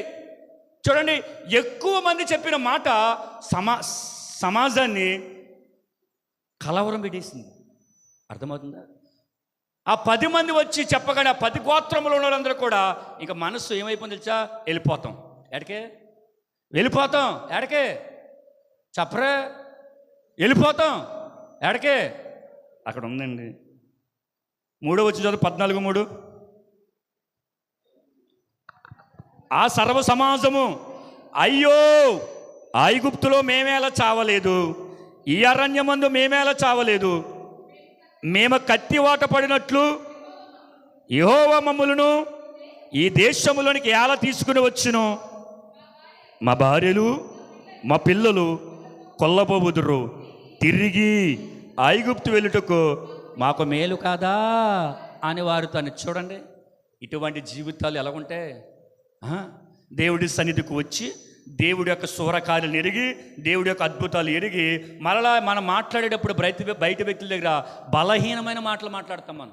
మనకు సమస్య వచ్చిందా, ఆ సమస్యలో మనం ఉంటున్నప్పుడు పరీక్షించడానికి ఎవరైనా మన దగ్గరికి వస్తే మనం ఎలా మాట్లాడ చెప్పనా? మన విశ్వాసానికి పదును పెట్టం. కానీ అవతల వ్యక్తి మరలా ఆడు దేవుడిని ఏదో మాట అనేలాగా మనం ఏం చెప్పనా, ఏం ప్రార్థన చేస్తామో ఏటో. ఆ ఫస్ట్లోనే బాగుంది. ఒకప్పుడు నేను మామూలుగా ఉన్నప్పుడు ఎవరన్నా జోలికి వచ్చేవాడు కాదు, ఎందుకంటే కత్తో కర్రో పట్టుకునేవాడిని. ఈ మాటలు ఉపయోగించకూడదు మనం. చాలామంది అంటారు ఒకప్పుడులా ఉంటేనా, తప్పదే మాట. అవి వెనకున్న వాటిని మర్చిపోమన్నాడు, వెనకున్న వాటిని మర్చిపోమన్నాడు. ఏంటి ఒకప్పుడులా ఉంటేనా, అప్పుడులా ఉంటేనా? ఎవరైనా మన దగ్గరికి వచ్చి మనల్ని మన పరిస్థితులు బట్టి నీకు ఈ నొప్పి లేదా, మీ దేవునికి ఏం చేయలేదా అని ఒకవేళ అడిగితే, అపవాదే ప్రేరేపిస్తే మనం ఏం చెప్పాలి? నా దేవుడు బాహువు ఇంకా చాపే ఉన్నదనాలి. దేవునికి స్తోత్రం. ఈ ఐగుప్తు ప్రజలు 10 మంది ఇశ్రాయేలు ప్రజలు 10 మంది చెప్పిన మాటలు విని రాత్రంతా ఏడ్చారే. నేను అంటాను, ఇంతకి ఏడవాలి? ఎర్ర సముద్రం 2 పాయగా చీల్చిన దేవుడు నీ కళ్ళెదురు కనబడలేదా? పూరేళ్ళను 3 అడుగులు ఎత్తు కురిపించిన దేవుడు కనబడలేదా? ఐగుప్తులో 10 తెగుళ్ళు పుట్టించి వారు నివసించే ప్రాంతం ఏంటి? ఇశ్రాయేలు ప్రజలు నివసించే ప్రాంతం ఏంటి?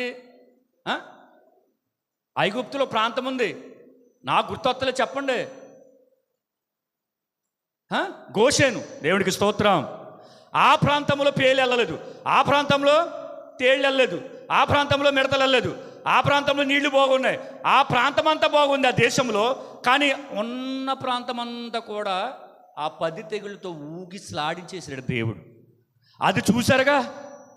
అంటే దేవుడు బాహు చూశారు వీళ్ళు. దేవుడు యొక్క ఉన్నతమైన కార్యాలు చూశారు, దేవుడు యొక్క శక్తిని చూశారు, దేవుడు యొక్క బలమును చూశారు. మనుషులు చెప్పింది అంటే ఎక్కువ మంది చెప్పింది విని గుండె జారిపోయింది. కాలేబు యెహోవా చెప్పింది విని వీళ్ళిద్దరు చూచొచ్చారులే, వీళ్ళిద్దరు చెప్పింది ఎవరు నమ్ముతారు?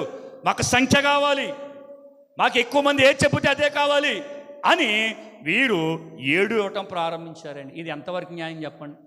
వాళ్ళు అలాగా. మరి మనం మన కుటుంబాలలో, మన సంఘములో, మన సమాజంలో, మన చుట్టూత ఎవరైనా ఎక్కువ అంటే మైనారిటీ పీపుల్ ఏదని మెజారిటీ పీపుల్ ఏదని చెప్తే తేలికగా నమ్మేస్తాం మనం. నమ్మారా? తుఫాను లాంటి సమస్యలు వస్తాయి. నమ్మారా? ఇరుకులు వస్తాయా? నిరీక్షణ ఉండదు. కారణం చెప్పనా? దేవుడు కాని పరిధుల నుంచి బయటికి వెళ్ళిపోయాం మనం. అర్థమైందా? సత్యం ఒకళ్ళతో ఉండదా? ఒకళ్ళ దగ్గర ఉండదు. సత్యం ఉంటుంది. నువ్వు వేచించి నువ్వు ఆలోచించాలి. చూడండి, ఆ జరిగిన పరిస్థితిని బట్టి దేవుడు ఏం చేశాడు తెలుసా? దేవుడు వాళ్ళిద్దరూ వచ్చి ఏమంటారంటే, ఇదిగో మనకు దేవుడు నిశ్చయముగా ఆ దేశాన్ని మనకిస్తాడో అని పలికారు, చెప్పారు. అంటే చూడండి, ఎప్పుడైతే ఆ మాట చెప్పాడో దేవుడు ఏం చేస్తాడో తెలుసా? ఇశ్రాయేలు ప్రజే మెజారిటీ ఎక్కువ మంది చెప్పిన వినదే పరిస్థితి తెలుసా? అసలు 40 సంవత్సరాలు వెళ్ళడానికి కారణం ఏంటి? కానానుకు, ఐగుప్తు నుంచి పాలు తేనె ప్రవహించే దేశానికి వెళ్ళడానికే ఏంటి? ఆ రోజుల్లో రోజులే పడతాయి, నెలలే పడతాయి. 40 సంవత్సరాలు అడిగితే ఏ అరణ్యం పూర్తకుండా ఉంటుంది? కానీ దేవుడు ఏం చేశాడు తెలుసా? ఆ అరణ్యం చుట్టే తిప్పి తిప్పి తిప్పి తిప్పి ఆకులు రాల్చినట్టుగా రాల్చేశాడు. చూడండి ఒకసారి 14వ అధ్యాయం 30వ వచనం.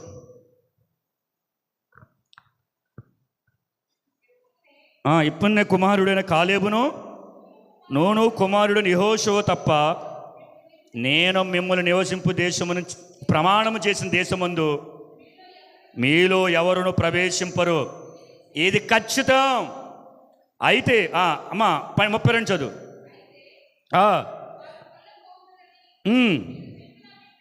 మీ పిల్లలను 32. అయితే మీ శవములు ఈ అరణ్యములో రాలును, మీ శవములు ఈ అరణ్యములో క్షయమయ్యే వరకు మీ పిల్లలు ఈ అరణ్యములో 40 ఏండ్లు తిరుగుదురు. మీ వ్యభిచార శిక్షను భరించదు. తర్వాత మీరు ఆ దేశమును సంచరించి చూసిన 40 దినముల లెక్క ప్రకారము దినమునకు 1 సంవత్సరము చొప్పున వీళ్ళు వెళ్ళి 40 రోజులు చూసారంటే అండి వేగువారు చూసి నేను అంటాను, అక్కడికి వెళితే మా దేవుడు చూడమన్నాడు. చూసినప్పుడు వీళ్ళ ఉన్నత దేహాలు నా దేవుడు బాహు చాలా పెద్ద అని ఎక్కడికెక్కడ వారు అలాగా తెగించలేక ఆయన చూసి అయ్య బాబోయ్ గెలవలేం, అయ్య బాబోయ్ రాలం, నా భార్య తెచ్చిపోద్దు, నా పిల్లలు తెచ్చిపోతారు అమ్మ అని వాళ్ళ ఆ 40 రోజులు వారిని చూసి దేవుడు యొక్క బాహుని, దేవుడు యొక్క శక్తిని తక్కువ చేసి వచ్చి అదే చెప్పారు. దేవుడు ఏం చేశాడు తెలుసా? 40 రోజులు వీరు సంచరించి వేగువారిగా పంపితే ఆ దేశాన్ని సూచించి నా గురించి యెహోషువ కాలేబు చెప్పినట్లుగా వీళ్ళు ఏది కూడా మంచి చెప్పలేదు. కాబట్టి నేను ఏం చేస్తాను చెప్పిన, 1 రోజుకి 1 సంవత్సరం చెప్పిన 40 రోజులు ఆ దేశాన్ని సంచరించిన వేళ నేనేవోపోయే దేశానికి వెళ్ళేటప్పటికి 40 సంవత్సరాలు పడుతుంది. ఈ 40 సంవత్సరాలు చేసేది చెప్పిన ఫిల్టరింగ్ ఏంటంట వెళ్తారు. ఆ వయసులో ఉన్నవాళ్ళల్లా కాలేబు కింద తక్కువ వయసు ఉన్నవాళ్ళే పరమకానానికి వెళ్ళారు. దేవునికి స్తోత్రం, హల్లెలూయా. ఆకులు రాలినట్లుగా రాలిపోయారండి. వారు వ్యభిచార శిక్షను బట్టి, వారు చేసిన పాపమును బట్టి, వారు నమ్మలేకపోవటం బట్టి దేవుడి యొక్క బాహుని వారు తక్కువ చేశారు. అంతే. ఏమైపోయింది పరిస్థితి చెప్పండి? ఆకులు రాలినట్లుగా రాలిపోయారు. చూడండి, వారి జీవితాల్లో అలాగ అయిపోవటానికి, వారి కుటుంబాల నాశనం అయిపోవటానికి, వాళ్ళ కుటుంబంలో పెను తుఫాను రావడానికి కారణం ఏంటి?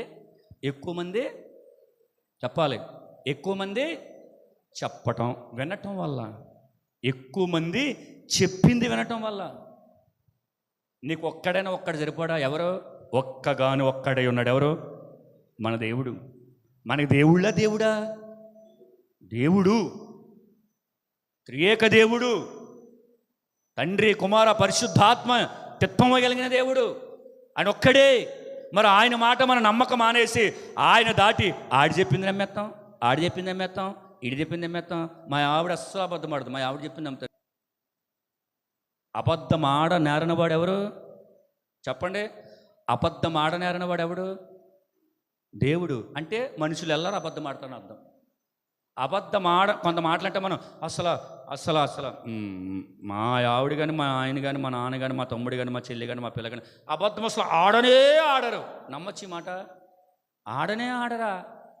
అస్సలు అబద్ధం ఆడకపోతే మరి ఆయన యోహాను సువార్తలో తన దృష్టికి తానే సత్యవంతుడు అనుకున్నవాడు దేవుని దృష్టికి అబద్ధకుడు అంట. యోహాను మొదటి పత్రికలు ఉంటుంది అన్నమాట. అవునా?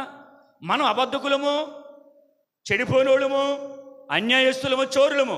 క్రీస్తు రక్తము చేత కడగబడిన మనము ఒక్కడే ఉన్న యేసయ్య మాట మాత్రమే వింటాం, సత్యవంతులుగా మనం నడుస్తాం. దేవుడికి స్తోత్రం. ఎన్ని అయినాయి ఇప్పటికి? 3 అయినాయి. 4వది ఏంటి చూడండి? 4వది అనుకూలత. చూడండి, అపోస్తలుల కార్యం చూడండి 27:12. మరియు శీతాకాలము గడుపుటకు ఆ రేవు అనుకూలమైనది కానందున అక్కడి నుండి బయలుదేరి ఒకవేళ సఖ్యమైతే ఫినిక్స్నుకు చేరి అక్కడ శీతాకాలం గడపవలని ఎక్కువ మంది ఆలోచన చెప్పిరి.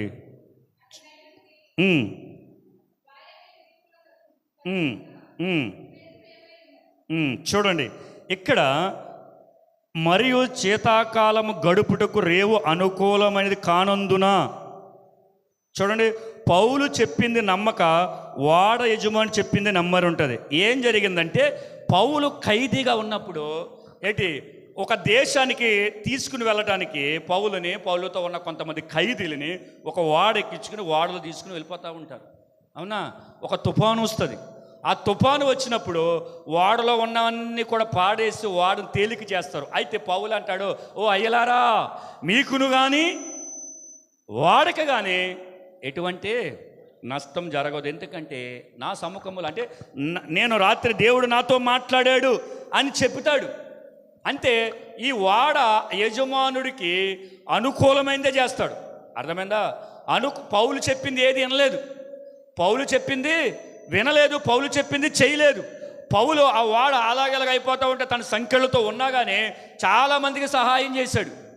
సంఖ్యలు తీస్తే ఇంకా సహాయం చేద్దుడు చరిత్రలో, కానీ తీయకపోవడం అయినా కానీ పారిపోకుండా తక్కిన ఖైదీలతోటి చక్కగా వాళ్ళందరినీ కూడా తను రక్షించాడు. అయితే 10వ వచనం, అప్పుడు పౌలు అయ్యలారా, ఈ ప్రయాణము వలన సరుకులను వాడకును మాత్రమే కాక మన ప్రాణములు కూడా హానియు బహు నష్టము కలిగినట్లు నాకు తోచుచున్నదని చెప్పాడు. అయితే వాడ యజమానుడు పౌలు చెప్పింది నమ్మక, అక్కడ ఒక నావికుడు ఉంటాడు. ఎవరంట చూడండి, నావికుడు అంటే ఎవరు? వాడ నడిపేవాడు. యజమానుడు అంటే దాని ఓనరు. వాడ యజమానుడు అంటే మాటల షిప్ ఎంత ఉంటుంది? కొన్ని వేల కోట్లు ఉంటుంది, 1000-2000 కోట్లు ఉంటుంది. అన్ని కోట్ల కలిగిన యజమానుడి మాట ఎవరనాలి? వాడ నడిపోడు ఉండాలి. అందుకే పౌలు మాట ఎవరు వింటలేదు. పౌలు మాట వెనక ఆ ఓనర్ చెప్పిందే వాడికి అనుకూలంగా ఉందని అంటున్నాడు. అంటే అనుకూలం అనేది ఏంటి చెప్పిన, మన క్రైస్తవ జీవితంలో కనుక ప్రతికూలమైన పరిస్థితుల్లోనే మనం వెళ్ళవలసి వస్తుంది. అనుకూలమైన భక్తిలో, అనుకూలమైన విధానంలో మనం వెళ్ళకూడదు. ఎందుకు? ప్రతికూలమైన మార్గం ప్రభువే తెరుస్తాడు మన ముందు. ఎందుకంటే అది ఇరుకైనది, సంకుచితమైనది. పరలోకమును పో మార్గం ఇరుకును సంకుచితమై ఉన్నదని ఉంది బైబిల్లో. అవునా? చూడండి, ఇప్పుడు నేను ఎక్కడికైనా వెళ్ళి అలాగెలగానే ఇటొక దారి కనబడింది అనుకో, నా వైపు చూడు. ఇప్పుడు నేను మీకు ఫోన్ చేసి 2 దారులు ఉన్నాయి, ఒక దారి బాగుంది, ఒక దారి గుంతలు ఉన్నాయి, ఇప్పుడు నేను ఏ దారిలో రావాలంటే ఈ గుంతలు ఉన్న దారిలో వచ్చే మా ఇంటికి వచ్చేస్తావంటే నేను ఈ దారిలో వస్తేనే అక్కడికి వస్తాను. ఈ దారి వెళ్తే ఏమో ఎక్కడికి వెళ్తాను తెలీదు. బాగుందని వెళ్ళకూడదు. నేను నీ దగ్గరికి రావాలి అంటే, నా ప్రయాణం అనుకూలంగా సాగాలంటే ఈ ప్రతికూలమైన మార్గంలో నడిస్తేనే నీ దగ్గరికి వస్తాను. అవునా? కానీ చాలామంది ఏం చేస్తారు చెప్పనా, అనుకూలంలో భక్తి, అనుకూలంలో ప్రార్థన, అనుకూలంలో ఆరాధన, అనుకూలంలో వాక్య పరిచర్య, ఏమండి, అనుకూలంలో సహించుకుంటాం, అనుకూలంలో భరించుకుంటాం. ఎప్పుడైతే ప్రతికూలమైన పరిస్థితులు మనకు వస్తాయో అప్పుడు గనక మనం నిలబడగలిగితే, ఆ ప్రతికూల పరిస్థితులను కూడా మనం ఛేదించగలిగితే, అనుకూలమైన పరిస్థితులు, వసతులు, విధానం అని కోరుకోకుండా ఇదే త్రోవ ఇందులో నడివిడని దేవుడు చెప్పాడు. కాబట్టి ఈ తుఫాన్ ఏం చేస్తుంది, ఈ శ్రమ ఏం చేస్తుంది? అనుమతించింది ఆయనగా. నన్ను పుట్టించోడు ఆయన, గాలిని పుట్టించోడు ఆయన, తెగులు పుట్టించేవాడు ఆయన, కందిరేగలు రేపువాడు ఆయన, కప్పలను రేపువాడు ఆయన. అవునా? అవన్నీ ఆయనగా చేశాడు. ఆయన బాహు చాపి చేసింది ఆయన. ఈ పరిస్థితి నాకు అనుమతించబడింది అంటే నేను అనుకూలమైన మార్గాలు వెతుక్కోకుండా, నేను ఈ ప్రతికూలమైన మార్గాలు నడిస్తే దేవుడు నాకు ఒక రోజున తన ముఖ దర్శనం ఇస్తాడు. దేవునికి స్తోత్రం, హల్లెలూయా. మనం క్రైస్తవులుగా పిలువబడిన తర్వాత, క్రైస్తవులుగా సంఘములు చేర్చబడిన తర్వాత, క్రీస్తు రక్తము చేత కడగబడిన తర్వాత, నేను అంటాను పాన్పు మీద నడిచినట్టు ఉండదు. అలా నడిస్తే కనుక పరలోకానికి వెళ్ళమని అర్థం. మీరు గమనించండి, సులువుగా, చాలా తేలికగా, ఏ శ్రమ లేకుండా ఆది కాండ నుంచి ప్రకటన అన్నం వరకు దేవుడికి ఇష్టలై ఉన్నవాళ్ళు ఎవరు చెప్పండి? ఉన్నారా? ఎవరున్నారు చెప్పండి? నాకైతే దొరుకుతలేదు. ఏ ఒక్క విషయంలో కూడా విమర్శ ఎదుర్కోకుండా, నింద ఎదుర్కొకుండా, శ్రమ ఎదుర్కొకుండా, ప్రాణభయం లేకుండా, భయంకరమైన స్థితిగతుల మధ్యన నడవకుండా దేవుడిని ఎదుర్కొన్న వాళ్ళు ఎవరున్నారు చెప్పండి? మీరంట నోవా కూడా అవమానం ఎదుర్కొన్నాడు. అబ్బా ఈడంట వాన వచ్చేద్దంట, అప్పటికే భూమి మీద వర్షం లేదు. ఈడు చెప్పిన మాట మనం నమ్మాలంటే సొంత బంధువులు కూడా అవమానించారు నోవాని. కాబట్టి బంధువులు ఎవరు ఎక్కల, తన కుమారులు, తన కోడండలు వాళ్ళు వెళ్ళారు. అంటే చూడండి, అసలు అంతకుముందు అన్నాడు జరగని విషయాలు నోవా చెబుతూ ఉంటే అపహసించారంట జనాలు. మరి అది అవమానం కదా. ఇప్పుడు ఈ ప్రతికూలమైన పరిస్థితి ఏంట్రా బాబు నాకు అని అనుకుని వాళ్ళు అనుకూలంగా నోవా వెళ్ళిపోతే వాడ లోనికి వెళ్ళకపోదు. అవునా కదా? అవునా? అంటే చూడండి, ప్రతికూలమైన పరిస్థితుల్లో దేవునికి అనుకూలంగా ఉన్నాడు నోవా. అడగాలి, దేవా నేను పుట్టి పెరిగాను, మా పితృలను అడిగాను, ఎప్పుడు వర్షం లేదంట. అసలు భూమి మీద వర్షం పడతామంటే అది ఒక వింతలా ఉంది. నువ్వేమో చెప్పమంటున్నావు, వీళ్ళు నన్నేమో నానా రకాలుగా హింస పెడుతున్నారు, పైగా నువ్వు వాడకట్టమంటున్నావు, వాడకడుతున్న అందరు నన్ను అదిలాగా ఎర్రోలో చూస్తున్నారు అని తన ప్రతికూలమైన పరిస్థితుల్లో వాడని కట్టాడు తప్ప అనుకూలంగా మాట్లాడేవాళ్ళు ఏపుకి వెళ్ళా. వాళ్ళు అనుకూలంగా ఉన్నారు, మొత్తం తుడిచిపెట్టిపోయారు. అర్థమైందా? అనుకూలమైన భక్తి చేస్తే చూడండి, తుఫాను లాంటి సమస్యలు, వరద లాంటి సమస్యలు, ఆ తర్వాత మన భాషలో మనం అనుకోగలిగితే వాడ పైకి లేచిన తర్వాత వచ్చుండ్రా నోవాహు నీ మేనమామనే ఇలాగా చెప్పుండొచ్చు. చెప్పుతారని తెలిసే దేవుడు ఏంటి, నువ్వు వెళ్ళిపో నేను వేస్తానన్నాడు. ఏంటి తలుపు? ఎందుకో తెలుసా? ఆ తలుపు ఎక్కడుందో తెలిస్తే, నా సొంత మాట చెప్తున్నాను, ఆ తలుపు ఎలాగ లోనకెళ్ళి తలుపు వేసాడానికి నోవాహు నా మాట వినబడగానే రాజు వచ్చాడని తీసేస్తాడు. ప్రేమ ఆతుడు, అయ్యయ్యో పాప చచ్చిపోతాడని. కానీ దేవుడే వేశాడు. ఇప్పుడు చాలామంది వచ్చి అడుగుతూ కిటికీలు అంటే కొడుతున్నారు, తన కావలసి అందరూ కనబడుతున్నారు. అయితే దేవుడు సెట్ చేస్తే అర్థమైందా? వారు అనుకూలంగా భక్తి చేస్తున్నారు, నువ్వు ప్రతికూలంలో వెళ్ళిపో, తలుపు నేను వేస్తాను, నువ్వు నిశ్చయంగా వెళ్ళిపోను అంతే. ముంచబడ్డారు లేదా? అప్పటి వరకు నా జనాంగం మొత్తం భూమి మీద తుడిచిపెట్టేశాడు దేవుడు. కారణం వారు అనుకూలమైన భక్తి చేశారు. మన జీవితంలో కనుక అనుకూలమైన భక్తి ఎప్పుడు చేయకూడదు. అంటే ఎలాగా? ఆరోగ్యం బాగుంది, నేను ఈరోజు గంట వేస్తాను మోకాళ్ళు, మంచిది, దేవునికి స్తోత్రం. మరి ఆరోగ్యం బాగాలేనప్పుడు మోకాళ్ళు వేయలేకపోతే ఆ గంట ప్రార్థన చేయొచ్చుగా. ప్రతి క్రైస్తవుడికి వాక్యము ప్రార్థన రెండు కళ్ళు లాంటివి. వాక్యము ప్రార్థన ఆ వ్యక్తికి రెండు కృపా సత్యము లాంటివి. అవునా? వాక్యము ప్రార్థన ఆ వ్యక్తికి కుడి ఎడమ లాంటివి. వాక్యము ప్రార్థన రెండు చేతులు లాంటివి, రెండు కాళ్ళు లాంటివి. అవునా? చూడండి, ఒక చేయి లేకుండా ఒక చేతితో నువ్వు ఎంత పని చేయగలవు? చేయలేము. అలాగా ప్రార్థన వాక్యము రెండు కనుక నా జీవితంలో కలిగి ఉంటే రాబోవు విపత్కరమైన తుఫాను లాంటి పరిస్థితులు ఏంటి, మనం దేవునితో నడవగలుగుతున్నాం కాబట్టి పరిశుద్ధ గ్రంథంలో ముందే చెప్పాడు. దేవుడితో మాట్లాడుతున్నాం కాబట్టి ఆయన మనతో ఎప్పుడో చెప్పాడు. కాబట్టి మనం ఏ విషయంలో కూడా జడియము, భయపడము. కారణం ఏంటంటే మనం దేవునితో సహవాసం చేస్తున్నాం కాబట్టి. దేవునికి స్తోత్రం. ఐదోది ఏంటి? చదువు. ఐదోది పరిస్థితులపై ఆధారపడతాం. చూడండి, మొదటి రోజుల గ్రంథం 9.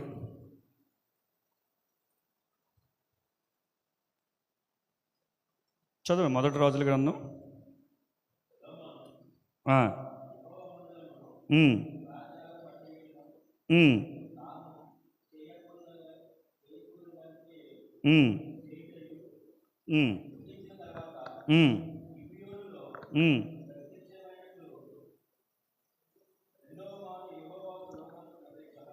చూడండి, జనులిట్లో ఐగుప్తు దేశములను మన పితరులు రప్పించిన మన దేవుడిని యెహోవాను వారు విడిచి ఇతర దేవతలను ఆధారము చేసుకుని కొలిచి పూజించి వచ్చారు కనుక యెహోవా ఈ కీడంతా వారి మీదకి రప్పించును అని భక్తుడు చెప్తున్నాడు. చూడండి, వీరు ఐగుప్తు దేశములో నుంచి దేవుడు రప్పించినప్పుడు వారు ఇతర దేవతలు విడిచి అని ఉంది. అంటే ఆధారం చేసుకుని కొలిచి పూజిస్తూ వచ్చారు. అంటే వారు ఐగుప్తులో దేవుడు మాట్లాడా? అర్థమైందా? దేవుడు వారు మొదటిసారిగా వారు ఏడ్చింది ఎప్పుడు? ఎన్ని సంవత్సరాలు ఏడ్చారు? 430 ఏండ్లకి అనుకుంటా కదా ఏడ్చారు. ఆకాశమంతా వారు మొర్ర అంటగానే వెంటనే దేవుడు మిద్యాను అరణ్యంలో ఉన్న మోషేతో మాట్లాడాడు. పో, ఒక్కడ కూడా నిశ్శబ్దం లేకుండా అందరూ ఏడుస్తున్నారు నా ప్రజలు, ఏ ఒక్కడ కూడా ఎలుగెత్తి ఆడకుండా లేడంట. అందరూ మొర్ర ఆకాశానికి ఎత్తగానే నా మీద ఆధారపడ్డారు నా ప్రజలు, నువ్వు వెళ్ళవయ్యా అని అనగానే గబగబగా మళ్ళీ మోషేని తీసుకుని వస్తున్నప్పుడు చూడండి, చెప్పాను కదా ఇందాక, ఎన్నో అద్భుత కార్యాలు చేశాడు దేవుడు. కానీ వీరు కొలిచిన దేవతలు ఉంటారుగా, వాటి మీదే ఆధారపడుతున్నారు. కారణం వాటితో స్నేహం చేశారు, వాటితో నడిచారు, వాటితో మాట్లాడారు, వాటితో నైవేద్యాలు పెట్టుకున్నారు, ఎగిరారు, గింతారు, డ్యాన్స్ చేశారు, రకరకాలుగా చేశారు. అంటే వారు అలా చేయగానే కీడంతా వారి మీదకి రప్పించాడు దేవుడు. అంటే ఒక వ్యక్తి యేసును తెలుసుకున్న తర్వాత, ఇప్పుడు నేను ఉన్నానండి, ఒకప్పుడు యేసు ప్రభువుతో వెళ్ళినప్పుడు నానా విధాలుగా నడిచాను, ఏయో అనుసరించాను. అలా మీ జీవితంలో కూడా ఇప్పుడు విడిచి వచ్చిన తర్వాత మళ్ళీ వాటి మీద ఎందుకు ఆధారపడాలి? వాటిని ఎందుకు కొలవాలి? వాటిని ఎందుకు నమ్ముకోవాలి? వాటి ప్రకారం ఎందుకు నడుచుకోవాలి? నువ్వు లోకంలో ఉన్నప్పుడు ఏదో ఒక మార్గంలో ఈ సమస్యను పరిష్కారం చేసుకున్నావు. ఇప్పుడు క్రీస్తు మీద ఆధారపడిన తర్వాత ఆయన మీద మనం వెయ్యాలా వద్దా? యేసయ్య ఏమన్నాడు? నీ భారము యెహోవా మీద మోపు. ఏంటంట? నీ భారము యెహోవా మీద మోపు. ఎర్ర సముద్రం అడ్డు వచ్చింది, ఏం చేయాలో తెలియదు, నువ్వు అలా ఉండు అన్నాడు. అంతే అన్నాడా లేదా? ఉండు అన్నాడు అంతే, 2 పాయలుగా చీల్చాడు. దేవునికి స్తోత్రం, హల్లెలూయా. మోషే అప్పుడు దేవుడి మీద ఆధారపడ్డాడు. మోషే కర్ర మీద ఆధారపడ్డాడు, ఎత్తన్నాడంతే, ఏమైపోయింది? ఇవన్నీ చూసినోళ్ళు మోషే దేవుడి మీద ఆధారపడతాం చూసిన ఇశ్రాయేలు ప్రజలు చివరికి వచ్చేటప్పటికి మోషే మీద కానీ దేవుడి మీద కానీ ఆధారపడకుండా ఏంటి, వారు పోత పోసుకున్న విగ్రహాలు, వారు విడిచిపెట్టిన అన్య దేవతలని అంటే వారు ఆధారపడ్డారు. ఆధారపడటం వల్ల ఇశ్రాయేలు వారి యొక్క కుటుంబాలలో దేవుడు కీడంతా ఏంటంట, నేను అంటాను కీడంతా అంటే ఏంట్రా బాబు అని అనుకున్నాను.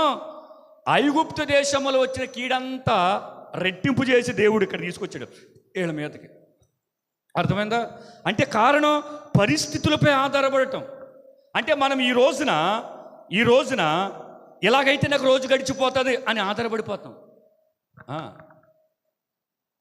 లేదు, ఈ రోజున నేను ఈ స్థితి మధ్య నిలబడితేనే నేను ఒక రూపాయి సంపాదించగలనని చెప్పేసి ఆధారపడవలసిన దాని మీద ఆధారపడకుండా దాని మీద ఆధారపడితే దేవుడు ఏం చేస్తాడు తెలుసా? మనకు వచ్చింది మళ్ళీ మొత్తం వెళ్ళిపోతుంది వెళ్దా వెళ్ళిపోతుంది. మనం ఎవరి మీద ఆధారపడాలంటే ఇశ్రాయేలు అనే దేవుడి మీద ఆధారపడాలి. దేవునికి స్తోత్రం. ఎవడైతే నా మీద ఆనుకునునో, ఎవడైతే నా మీద ఆధారపడతాడో వాడిని పూర్ణ శాంతి గలవాడిగా నడిపిస్తాను అని అన్నాడు. దేవునికి స్తోత్రం. అంటే మనము ఎప్పుడైనా సరే మన పరిస్థితి బాగోపోయినా, మన స్థితి బాగోపోయినా ఏంటి నేను అంటాను, ఊపిరి ఉందిగా పీల్చుకోవడానికి కదా. ఇప్పుడు ఊపిరి ఉందిగా పీల్చుకోవడానికి, ఊపిరి ఎవరిచ్చారు? జీవం ఎవరిది? అది మనలో ఉన్నప్పుడు శరీరం కదలకపోయినా, అవయవాలు సహకరించకపోయినా నేను అంటాను దేవుడి మందిరానికి రావాలి. దేవునికి స్తోత్రం. చరిత్రలో బోడు మంది అసలు ఏమి ఇక్కడ నుండి ఇక్కడికి ఇదంతా పని చేయకపోయినా తలొకటే పని చేస్తున్న వాళ్ళు కూడా, ఒక బ్రాహ్మణ కుటుంబానికి సంబంధించిన ఆమె సువార్త చేయటం మానలేదు తెలుసా? పిఎస్ స్వామి గారు సాక్ష్యం చెప్తూ ఉంటాడు. మరి ఆ విషయం వింటే మనకి కళ్ళంట నీళ్ళు వచ్చేస్తాయి. ఒక రిక్షా బండి మీద వెళ్ళి ఆమెకు వచ్చిన ఫంక్షన్ డబ్బులతోటి ఒక రిక్షా బండి బాడీ రిక్షా మీద మాట్లాడుకుని కాలేజీల కాడ అండి, బస్ స్టాండ్ల కాడ సంఖ్య ఎక్కడుంటే అక్కడ నన్ను దింపి మళ్ళీ కథలో మెడొకటే ఆమెను అక్కడ సాపేసి పడుకోబెట్టి కర్రపత్రికలు పెట్టి దాని మీద ఒక రాయి పెట్టి ఆడు వెళ్ళిపోతాయి. సాయంత్రం వచ్చేవాడు రిక్షా దక్కుని ఆయన. ఇప్పుడు ఈమె అక్కడుండి ఏమి చెప్పి తెలుసా? అన్నా అక్క పత్రిక తీసుకోండి. ఎంత బాగుంది తెలుసా అది? అసలు ఊహించుకోండి. హల్లెలూయా. ఆమె మళ్ళీ అక్కడ అవగానే ఆ కాలేజ్ విడిచిపెట్టగానే మళ్ళీ జనం ఎక్కడైతే అక్కడ తీసుకెళ్ళి మళ్ళీ ఆయన అలా కూర్చోబెట్టగానే ఆమె అలా కూర్చుని అన్నా అక్క చెల్లి తమ్ముడు నాన్న ఆ పత్రిక తీసుకోండి. ఏంటిది? ఎవరి మీద ఆధారపడింది ఆవిడ? చెప్పండి. మంచి సాక్ష్యం నాకు దొరికితే నేను గ్రూప్లో సెండ్ చేస్తాను, వినండి. అసలు నాకు చదవగానే నా కాలు బాగుంది, నా చెయ్యి బాగుంది, ఏళ్ళు కదులుతున్నాయి, కళ్ళు చూస్తున్నాయి, మాట్లాడుతున్నాయి, తింటున్నాను, నెవరు వేసుకుంటున్నాను, నాకు 1 2 వెళ్తాం కూడా తెలుసు నాకు. మరి ఆవిడకి ఏం తెలియదు. అయినా కానీ అంటే దేవుని మీద ఆధారపడి దేవుని సువార్త చేసింది. దేవునికి స్తోత్రం. మరి ఆమె ఎందుకు ఆధారపడింది? ఏం బాగుందని ఆధారపడింది ఆవిడ ఆరోగ్యం? ఏమందో తెలుసా? నేను బ్రతికి ఉన్నానంటే అది దేవుని కృపని, నా ఊపిరి ఆయనది, ఈ ఊపిరి ఉన్నంత వరకు ఆయన కొరకు పనిచేయలేపేసి ఒక బ్రాహ్మణ కుటుంబానికి సంబంధించిన ఒక యవ్వనస్తురాలు ఏం చేసింది తెలుసా? విస్తృతమైన పరిచర్య సువార్త చేసింది తెలుసా? ఆమె సువార్తలో, ఆమె కర్రపత్రిక పంచడంలో రక్షించబడ్డ వాళ్ళు, గొప్ప గొప్ప వాళ్ళు మంచి మంచి సేవ చేశారు. మనం ఎక్కడికైనా వెళ్ళగలం, ఏదైనా చేయగలుగుతాం, కానీ మనం దేవుడు వాక్యం మీద ఆధారపడం. ఎందుకు తెలుసా? వాక్యానికి భిన్నమైన శ్రమ రాగానే చేసాములే, సరే సరిలే అని కాస్త కూడా అక్కడ నిలబడం. మనం ఏం చెప్పినా మనుషుల మీద ఆధారపడిపోతూ ఉంటాం, మన పరిస్థితి మీద ఆధారపడిపోయి ఏం చేస్తున్నా మనకు నచ్చినట్లుగా చేస్తానే అంటాను. అలాగ చేస్తే చేయి పర్లా, నేనేమనను, నన్ను కూడా మీరు ఏమనరు. ప్రసంగంలో మాట రే బాబు నువ్వు చెయ్యి, నీ మనసుకు నచ్చినట్లు చేయి, నీ కోరిక చెప్పినట్లు చేయి, నీ మనసు ఎక్కడికి వెళ్తే అక్కడికి వెళ్ళు, నీ పాదాలు ఎక్కడికి వెళ్తే అక్కడికి వెళ్ళు, కానీ వీటన్నిటిని బట్టి దేవుడు నీకు తీర్పులోనికి తేక మారడం గుర్తించుకో అని ప్రసంగంలో ఉంటుంది. ఉందా లేదా? నేను అంటాను, ఆయన మాట ఇచ్చి నెరవేర్చని దేవుడు. కాబట్టి ఆ పరిస్థితులు ఏ రకంగా సంభవించినా కానీ మనం ఆధారపడవలసింది ఎవరి మీద తెలుసా? ఇశ్రాయేలు దేవుడి మీద ఆధారపడాలి. దేవునికి స్తోత్రం. మన పితరులు దేవుడి మీద ఆధారపడకుండా మాయా స్వరూపము కలిగిన విగ్రహాల మీద ఆధారపడ్డారు. మనము ఏమైతే విడిచిపెట్టొచ్చో మళ్ళీ వాటి మీద ఆధారపడుతూ ఉంటాం. వాక్యము కానోళ్ళ మీద ఆధారపడుతూ ఉంటాం, వాక్యము కాని మాట మీద ఆధారపడతాం. అమ్మా నువ్వు అక్కడికి వెళ్ళొద్దంటే మనం దాని మీద ఆధారపడతాం. ఎవడంటే వీడి జీవితంలో తుఫాను వచ్చేస్తుంది. నువ్వు అక్కడ నిలబడకూడదు, అక్కడికి వెళ్ళకూడదు, అటువైపు చూడకూడదు, ఈ కిటికీ ఇక్కడ ఉండకూడదు, గుమ్మం అక్కడ ఉండకూడదు. ఇవన్నీ ఏంటి? ఐగుప్తు ఆచారాలు, ఐగుప్తు ఆశలు విడిచిపెట్టాలి, ఐగుప్తు ఆచారాలు విడిచిపెట్టాలి, లోకాశలు విడిచిపెట్టాలి. అవన్నీ విడిచిపెట్టి నీ దేవుడని యెహోవా మీద నువ్వు ఆధారపడగలిగితే కనుక నా జీవితంలో తుఫాను వంటి సమస్యల నుంచి మనం విడుదల పొందుతాం. దేవునికి స్తోత్రం. హల్లెలూయా. చూడండి, ముగించుకొని చివరిగా వాక్యం చూసుకొని చూడండి, యెషయా గ్రంథానికి రండి.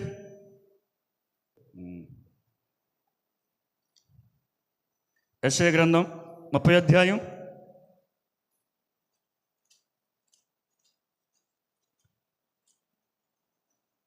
30:12 చదవండి. అందుచేతను ఇశ్రాయేలు యొక్క పరిశుద్ధుడు దేవుడు విన్న మాటలను బట్టి ఎలాగూ సెలవిచ్చుచున్నాడు, మీరు ఈ విన్న వాక్యమును త్రోసివేసి బలత్కరమును కృత్రిమమును నమ్ముకొని వాటిని ఆధారం చేసుకుంటే కనుక అక్కడ ఉంటుంది ఆ మాట, మీ దోషము మీకు ఎత్తైన గోడగా జోగిపడిదరని, అవి అడ్డుపడుతుందని, కుమ్మరవాడు కొండ బద్దలు కొట్టినట్టు బద్దలు కొడతానని దేవుడు కొన్ని విషయాలు చెప్తూ ఉన్నాడు. నా వైపు చూడ ముగించేస్తాను. మన జీవితంలో కనుక దేవుడిని ఆధారం చేసుకుని ఆయన వాక్యాన్ని కనుక ఎప్పుడు త్రోసేయకూడదండి. వాక్యం ఎవరు? దేవుడు. ఇప్పుడు మీకు విషయం చెప్పనా, ఇబ్బంది కలిగింది, శ్రమ కలిగింది, కరువు వచ్చింది, కష్టం వచ్చిందా, ఎవరి దగ్గరికి వెళ్ళొద్దు, నా దగ్గరికి రావద్దు, ఎవరి దగ్గరికి వెళ్ళొద్దు. వాక్యములోనికి వెళ్ళండి, వాక్యము తెరవండి, వాక్యము చదవండి.